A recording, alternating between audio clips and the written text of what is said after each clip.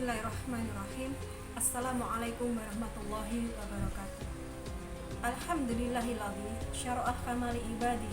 Asyhadu an la ilaha illallah wa asyhadu anna Muhammadan abduhu wa rasuluhu amma ba'd. Rabbi shrah li sadri wa yassir li amri. Allahumma shalli ala Muhammad wa ala ali Muhammad. Sahabat surga yang dirahmati Allah, tidak terasa kita sudah memasuki hari yang ke-17. Hari ini adalah 17 Ramadan. Biasanya 17 Ramadan akan kita peringati dengan nuzulul Quran. Sahabat surga yang dirahmati Allah, apa itu nuzulul Quran? Nuzulul Quran adalah peristiwa turunnya Al-Quran. Allah menurunkan Al-Quran kepada Nabi Muhammad SAW melalui malaikat Jibril. Itu bertepatan pada bulan Ramadan. Sahabat surga yang dirahmati Allah, memang banyak perbedaan dari para ulama kapan tepatnya Al-Quran itu diturunkan. Ada yang mengatakan 15 Ramadan, ada yang mengatakan 17 Ramadan, 21 Ramadan. Tetapi itu tidak usah dijadikan suatu permasalahan, karena turunnya Al-Quran tepat di bulan Ramadan. Seperti dalam surat Al-Baqarah ayat 185, bulan Ramadan di dalamnya diturunkan Al-Quran sebagai petunjuk bagi manusia, sebagai penjelas bagi petunjuk itu, dan sebagai pembeda yang hak dan yang batil.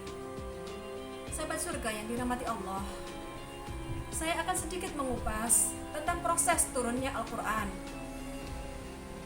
Al-Quran diturunkan secara utuh ada dua tahapan. Yang pertama, Allah menurunkan Al-Quran ke Lauhul Mahfuz. Disitulah tidak ada kabar seperti apa turunnya, bagaimana turunnya, kapan turunnya, prosesnya turunnya, itu pun tidak ada penjelasan di sana. Yang kedua, turunnya Al-Quran dari Lauhul Mahfuz ke Baitul Izzah. Apa itu Baitul Izzah?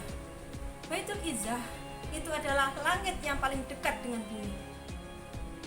Sahabat surga yang dirahmati Allah, proses turunnya Al-Quran secara utuh, mulai dari surat Al-Fatihah sampai surat An-Nas, diturunkan secara utuh dari Lauhul Mahfuz ke Baitul Izzah.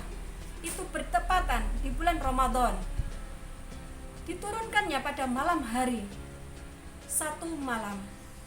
Disitulah terjadinya malam Lailatul Qadar. Sahabat surga yang dirahmati Allah, malam Lailatul Qadar begitu malam yang sangat mulia.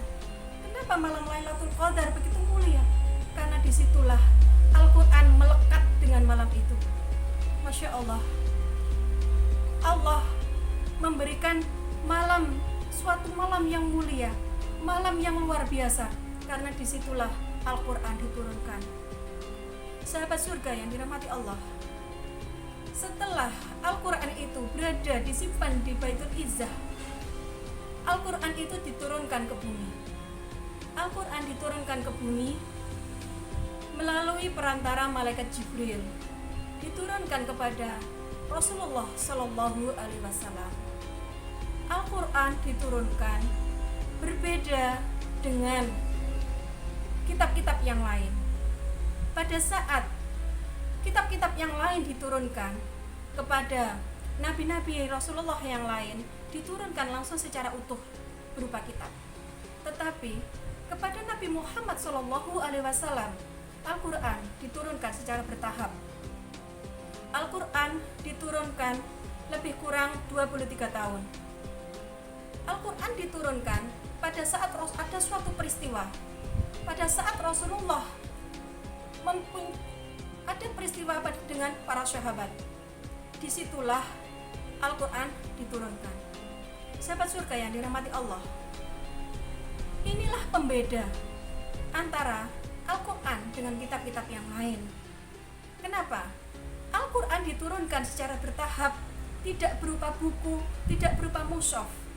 Kenapa kok bisa seperti itu? Karena Al-Quran diturunkan sebagai petunjuk, bukan hanya sebagai bacaan saja, pada saat Al-Quran diturunkan sebagai petunjuk tetapi bukan sebagai bacaan.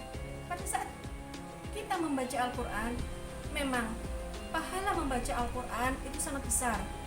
Dikatakan satu huruf memiliki 10 kebaikan. Tetapi tujuan diturunkannya Al-Quran itu tidak hanya dibaca saja, tetapi dijadikan sebagai petunjuk bagi manusia. Sahabat yang dirahmati Allah,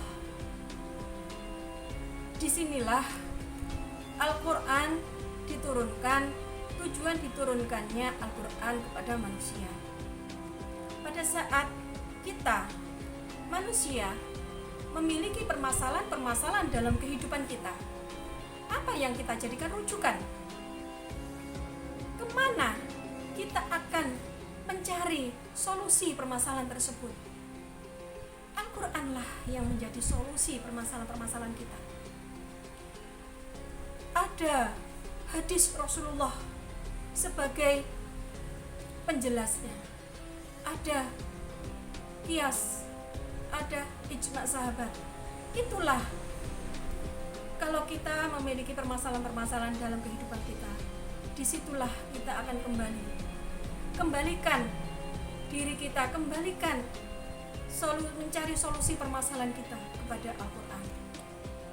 Sahabat surga yang dirahmati Allah, Al-Quran diturunkan sebagai petunjuk bagaimana kita menghadapi kehidupan kita ini, bagaimana cara kita menjalankan kehidupan kita ini. Sahabat surga yang dirahmati Allah, kita bertanya kepada dalam diri kita, apakah kita sudah menjadikan Al-Quran itu sebagai petunjuk, atau kita hanya bisa menjadikan Al-Quran itu sebagai lembaran-lembaran dalam kitab saja yang hanya kita baca saja, tidak kita jadikan petunjuk? Andaikan Al-Quran itu hanya dijadikan sebagai bacaan saja, kita baca tiap hari, tetapi tidak masuk ke dalam diri kita, tidak kita jadikan petunjuk, maka tidak sesuai dengan tujuan turunnya Al-Quran. Karena tujuan turunnya Al-Quran itu adalah sebagai petunjuk bagi manusia. Itu saja yang bisa saya sampaikan, semoga bermanfaat bagi umat. Barakallahu fiikum. Wassalamualaikum warahmatullahi wabarakatuh.